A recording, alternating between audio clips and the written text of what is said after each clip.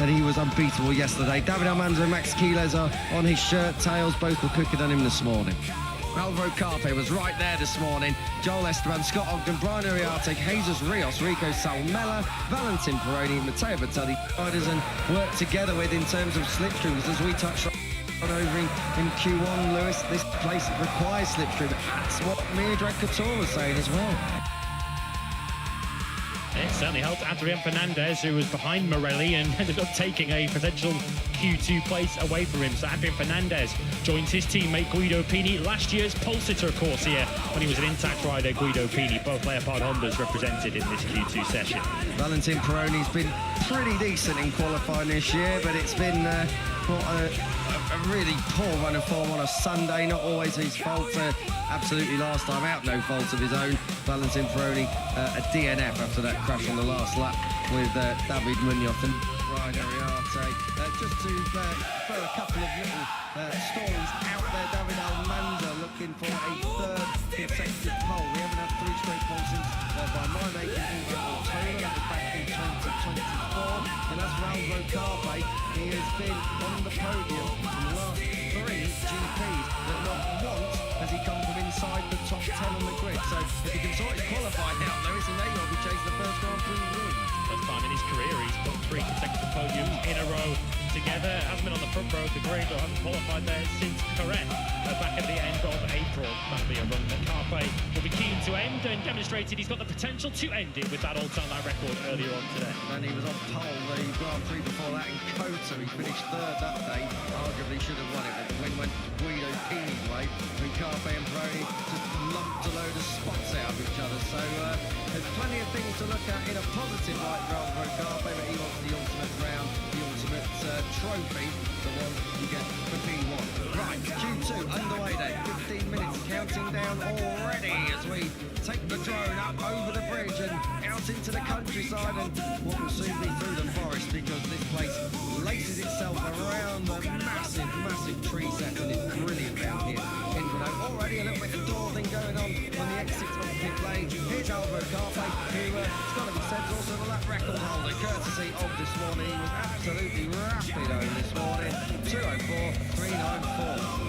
Alvaro Carpe, if he manages or beats that, he will be going a long way to put himself on the front row of the grid. We were doing low 2:05s at the end of qualifying 1 moments ago, and well, it worked for Adrian Fernandez in qualifying 1 by latching onto the back of an Aspire rider. He's following a similar pattern here.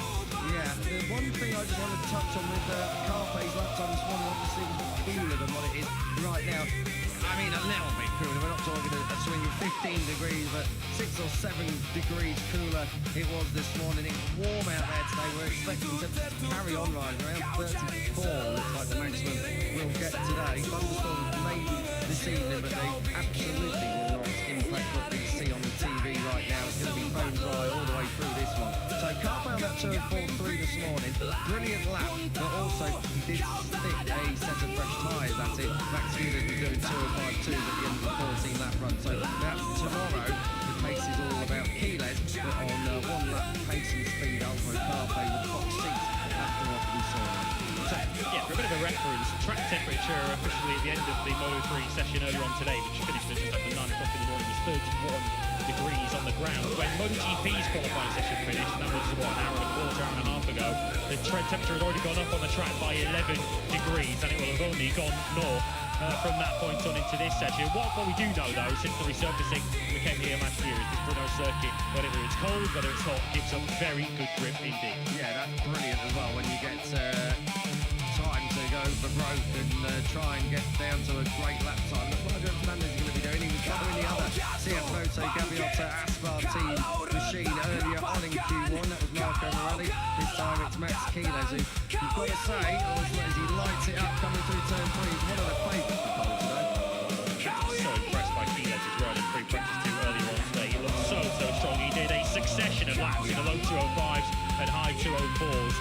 If he does that sort of lap time in this qualifying session, he won't be too far away from the front of the grid. But clearly on his own, and when he's not being disturbed by a posse of other 3 riders trying to overtake him, Max Quiles is super strong. But of course, qualifying, you would say he's been absolutely infallible in qualifying as of late. Front row in Hungary last time out, but of course 15th in Mugello and 6th on the grid in Barcelona. 3 front row And for a rider in such a dominant championship position, you'd have expected more than that. Yeah, last time he was on pole was back in Jerez, but he really did convert that in a pretty dominant fashion. He was on the front row the next time out, that was at Le Mans, and yeah, he got that one sorted out as well. Took the victory and then made it 3 on the spin, and we got to Catalonia. And obviously last time out he was second on the grid and made it through to P1. We've got yellow flags out already at turn 6, and that is around here. Who is it? That looks like Jesus Rios to me. Now Jesus Rios has been enjoying, or not enjoying as is the case, the scenic route down at turn 5 and turn 6. Yeah, the turn 5 gets off earlier, that was pretty sizable. At least he got round 1 corner further this time round at turn 6. But good to see that Rios has managed to keep it upright and eventually get it back on its wheels, and he can have a little roll down pit lane, 10.5 minutes or so on the clock, so he has got time to do a quick once over with the team down in pit lane and then see what he can do. He's on for a 5th place on the grid. On the spin is Hayden's Rios. 3 P5s in the last 3 qualifiers. Straight into the 204s then with Max Keeler's 204.888, which is in line with what he did earlier on today, albeit on a race run in free practice too. So a little bit of an early shot across the bows from the World Championship leader Danny. He's going well halfway around the lap, and he's certainly caught the eye in practice so far. Yeah, Denise was on a 204.754 yesterday, so Denise, and that was done around the same time, maybe a little bit later than where we are right now. So Denise knows the conditions pretty well. It's a bit warmer out there today than it was yesterday, but we're experiencing pretty high temperatures anyway. Denise is on a charge coming through the 3rd sector. He's in the 4th, but he's a 10.5 up. He's following David Almanza, who's no slouch in qualifying either. Almanza's working his way down towards turn 13 and 14. Let's take them through these final couple of corners. The big left-hander here, and it's all about track position. The brilliant wide sweep through turn 14.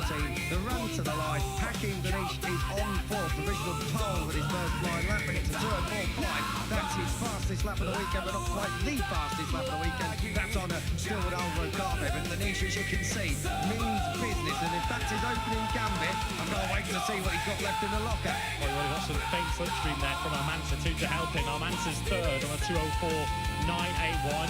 Fernandez, Esteban and Uriarte at the moment just behind that, but only 7 riders have put lap time next to their names, and for the obvious reasons, Jesus Rios has not.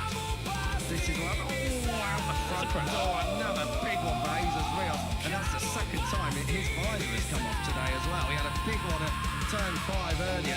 The number 54, the rider from Marbella in the south of Spain, is really having a bit of a tricky Saturday at the Moto3 office, but Jesus Rios, at least he got the bike back. That is a really, really important thing to note, because if he hadn't been able to get that started, that bike would have been in a really awkward place in the track. Max Keeler's 204.4, that's the fastest lap of this session at the moment. Just to go back to Rios, by difficult on the track, I mean that part of the track, the inside part of the track, is very difficult to get the bike back into pit lane, not the literal racetrack itself.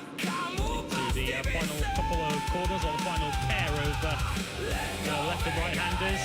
So many sweeping S-bends, which make it such a popular circuit amongst the riders. You really can let the bikes go. The Moto3 riders say that these are the kind of circuits where you can really stretch the legs of the pedal machine, so it's going to be quite huge if you go for one of these small bucket rocket Moto3 bikes. If we look back to Alvaro Carpe, tandem riding, team tactics going on down in the IO squad. It's Uriarte trailing Carpe, which might help him on the run down to the line, across the line for their first representative laps, and they go 3rd and 4th immediately. Pretty decent stuff. Ogden straight up into 6th, then Shea out of Q1 and into Q2 and P7 provisionally. O'Gorman and Pini ahead of Fernandez, Kelso and Patava. So 7th back to 12th. It's all Hondas. Almanza comes across the line.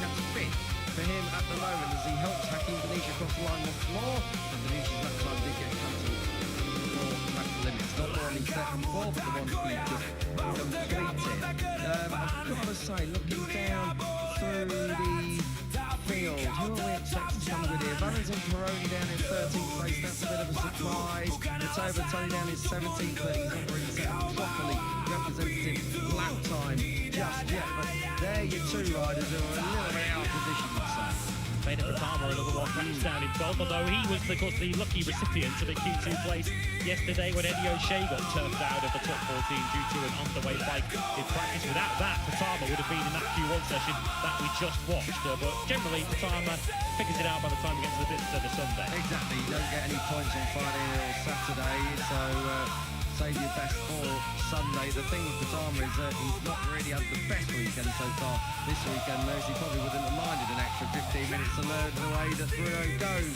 So we look at the KTM Iron machines getting down in towards turn 10. This is Vader Fatama, who we're just talking about now, half a second off through the opening two sectors. We're going to click him through sector 3 as they come across the line just there. As he takes in Casey O'Gorman, can't get through on him this time around. O'Gorman's a bit wide, Fatama does in the end get through, but the left time has gone away from the Indonesian at the moment, so he's not going through this time around. Carpo with his hand up, trying to get out the way. Brno Riarte will move on through. Yeah, O'Shea and O'Gorman, of course, came through Q1. Those are good laps, those, on the mid 205s. Pretty much matching what they did, or in O'Shea's case, beating what he did in qualifying 1. Imagine Uriarte must be out there. That's Marcos Uriarte, the 88, must be out there on used rubber because he's got a 205.7. Confirmation from Ellen pit lane that he is indeed on old tyres. The tyres presumably they used in Q1. He was 6 tenths quicker than that in the earlier qualifying session to earn his place in this battle for pole. Max Skiles it is at the moment with 5.5 minutes left on this Moto3 Q2 clock, who leads the way and is on course for his first pole since the Spanish GP. Hakim Diniz is chasing that pole position. He's 31 thousandths off at the moment. Brno Riarte sits pretty in third at a teammate Carpe Almanza, who's on for a third pole this weekend if he can get out towards P1. He's there in 5th place. Scott Ogden is 6th. Adrian Fernandez is heading out now with Max Quiles. Those two are obviously working together because they have been following each other in the first part of this session, and they are an alternate strategy because everyone else is in. Word up from pit lane as well. Jesus Rios, you can see at the very bottom of the timing tower, has yet to set a lap time. That's because he's crashed, but he has headed back out onto the track. Yep, it was good news for the young Spaniard. The bike clearly ready to go, so not too much damage done. Who they look like the crash could have done a lot more damage than it did for Rios, so he has a second opportunity to get himself off the grid from what is currently 18th place. Here is Brian Uriarte, currently has his hands on for back-to-back front row starts. He clearly has used the victory in Mugello as a springboard, of course, front row, and then a fourth for getting his bike back to the pit after the red flag on the final lap back in Hungary. And Uriarte, of course, for potentially the second consecutive front row start. You know, you were saying about this track being nice and big and wide and open and long, and still somehow Quiles and Fernandez find themselves all together, as do these 5 riders. Uriarte, Rios, Ogden, I think that's Carpe and John Esteban. So Rios now back out on the track. Looked like he was going to go, and then he's obviously waited a little while. So Jesus Rios, number 54 for the Rubicon Snipers team, is going to look to try and get back into some kind of form. As I said earlier, he's had 3 P5s in qualifying of late in the last 3 GPs, so we'll be looking not just for a top 10, but to repeat those front 2 rows of the that he's been enjoying for last week. Fernandez has very much got the tow ropes hooked in on the rear of that Aspar KTM or Quiles. I mean, it's a fairly foolproof strategy, I have to say, given how quick Quiles is going. Fernandez, though, currently in 10th place. Of course, another rider who would have used up tyres coming through qualifying 1. So this is where we'll get a true idea of what Adrian Fernandez has on his sleeve, with, of course, the assistance of the World Championship leader, who looks a little preoccupied, looking down on his Aspar KTM, but it doesn't appear as if he's got too much to worry about. Yeah, is he preoccupied, or is he making himself look preoccupied? To us up here, there's Jorge Martinez. Honest, Adrian, I've got a problem. Yeah, literally, and is he going to pull in? Yes, he is at the moment, and Fernandez is actually now going to have to do this all on his own. So Max Quiles, well, we'll find out if he has a problem in a moment or not, but Aspar himself and Nico Tyrrell looking on pensively. Quiles is going to be trundling up pit lane now before he gets back out. He's going to be actually quite tight, isn't he, to get round to the finish line to start a lap. So as they come through so much, Fernandez was able to sweep around the outside of them, so he wasn't delayed by those riders leaving pit lane. But it's going to be touch and go here now for Quiles to defend his pole position. Seen this film before, there was back in Mugello, remember when he was not able to get back out and get on a live flying lap. At least he's got a banker in this time, I guess. Well, exactly, and it's a pretty good one, but the problem is, as we saw in Q1, everyone does... He clearly does have a problem. There is a problem, isn't there? So he wasn't sandbagging, he wasn't duping us, he is actually parking it early doors. So Max Keeles is not a strategy problem this time, it is a bike problem, and he is not happy as he explains the problem to Jorge Martinez Aspar, the team and the guests watch on. At the moment, your provisional pole sitter is going to have to cross fingers. Maybe the bike was cutting out on him, but either way, Keeles is now going to be a spectator, and he'll just be hoping that no one beats a 2:04.490. Good news, Max, is that so far this weekend, only one rider has beaten that. Yeah, Alvaro Carpe, and at least he's 50 behind points back in the championship as well. Carpe at the moment, fourth place, fourth for the second or so off what Keeles has been able to do, but we are waiting for them to all really get down to business and on with their flying match. You can just see at the very, very top of the screen there, that there was a little thing and game playing going on. Adrian Fernandez is coming through the short corner now. This is turn 10, and then we climb up Horsepower Hill. I think it's something like 79 metres of elevation change from the very bottom to the very top. Not for me, I'm afraid. I'm quite happy sat down here in Coventry. The stairs up to our gantry are enough for me. A little bit of a hazard, I think, a bit of a safety hazard outside our Coventry box. Fortunately, we haven't had any rain to make these stairs up to the box rather slippery. It's beautiful blazing sunshine for this battle for pole position. As we follow Alvaro Carpe, who is on two personal bests at the moment, but potentially a front row, but certainly not troubling Keeles' 2:04.4 at the moment. Yeah, we're getting a few personal bests. That's one there by Adrian Fernandez, but he done all that in the last sector. Carpe's on one, Ogden was on one, but I think that was him just running right out wide at the Schwantz corner, and that's going to be his lap done because they're not going to be able to get around. Rios is on one by virtue of the fact that this is his first flying lap, and a second off at the moment would not put him inside that top 10. So Rios it's a damage limitation job for the 54 at the moment. Really strong third sector there for Carpe. He's closed in significantly, so he might just get himself up ahead of his teammate Brian Uriarte, who of course Carpe gave a bit of assistance to on the previous. So this time it's Carpe following Uriarte. That's a good team strategy, good team tactics. You follow me on the first one, I'll follow you on the second. 51 leads 83 over the line, and is Carpe going to improve? The answer is yes, and he bumps his teammate off the front row. Yeah, exactly, up to P3 for Carpe. What goes around comes around. Yeah, exactly. One of them was going to lose out either way because they were third and fourth anyway. Uriarte's taking a second place. He's fourth. Rios comes across the line. That's 14th for him ahead of Joel Esteban. And so at least he gets up to the provisional fifth row of the grid. Max Keeles has calmed down a little bit. Looks like he's still going to get pole. It won't be his arrival to Park Berman that he'd have been thinking of, but it looks like it's good. Well, I say that. David Almanza's on a lap here, as is Hakeem Danish.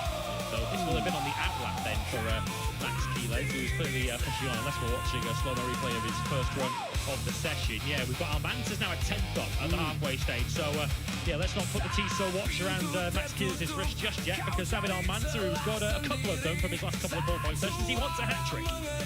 Tell you what, I think he'll still get on the front row here, Max Keeles, but David Almanza is going gangbusters on this final lap. Picking up that back, it's in. Oh, brilliant, through turn 10.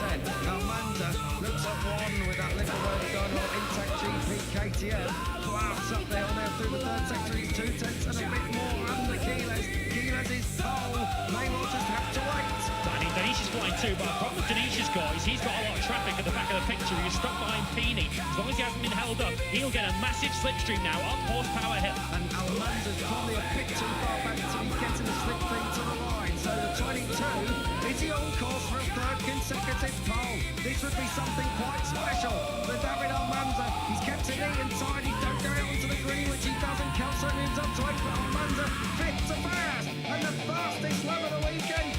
And it's Danish who comes in second, 17 down to the second line. Keeles is still going to get a front row, but it's a new lap record and a third consecutive pole for David Almanza. It's the first time since 2024 that one rider has set 3 consecutive pole positions.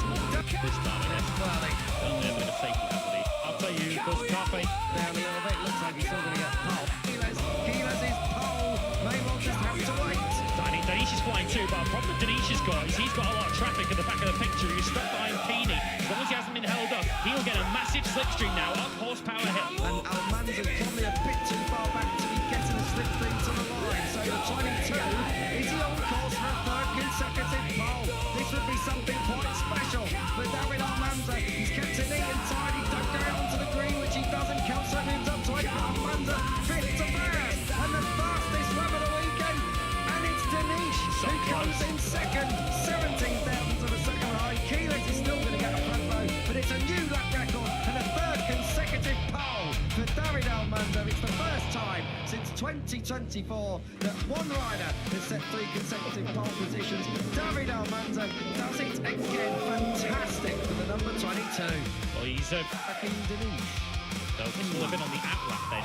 Final Intact GP KTM blasts up the hill now through the third sector. He's 2 tenths and a bit more under Keyless. Keyless is pole. May well just have to wait.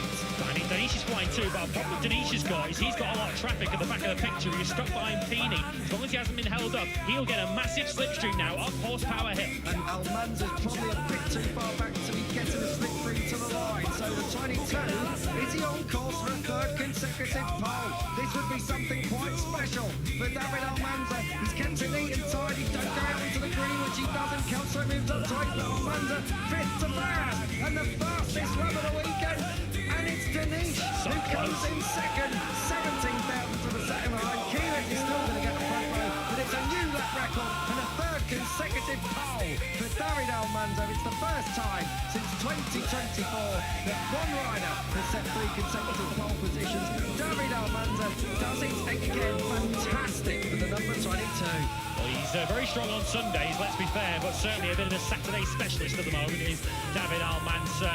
Great qualifying that from Hakim Danish, who of course has started on pole position, or started on the front row of the grid earlier this season. Yeah, in fact he did. He got promoted onto pole, did he, by Almanza's illness back in Mugello, but that now equals the best qualifying for the Malaysian, and that is no surprise after what we've seen from him so far this weekend. Keyless then did not look particularly disappointed, did he, being relegated to third. He knows that he's got some serious race pace underneath him. Yeah, Almanza and Danish were 1-2 on the grid in Mugello. The third place that day went to Joel Kelso. So Kelso actually ended up in the 9th place, so just behind Vader Battaglia. Scott Ogden finished 7th there, so not bad from British Scott Ogden. Tell you what, look who's in 6th, Lewis. We missed that completely. We're too busy going on about David Almanza, and rightly so with that new all-time lap record. But Eddie O'Shea, well, that has got to be, in fact, no, I know it is, his career best Moto3 Grand Prix qualifier by 3 places. In fact, where we are finishing this first tour of Europe is where he got his last one. That was Q9 last year in Germany at the Saxonry. Obviously, he has been disqualified already this weekend, so we'll put provisional on it for now, but I'm fairly sure that McCauley went Michael Laverty and everyone down there is pretty sorted out today with that sit on the grid. Let's get some instant reaction from down in pit lane. Al, who have you found? I'm down here with Nico Tirol. Nico, not quite the pole position you or Maximo would have wanted, but still front row. And just explain what the problem was. What did Max say about what he unfolded on that last couple of laps? Yeah, we are super happy because at the end he did a very good job. He have a super pace, but at the end when we change the tires, he say he have some problem.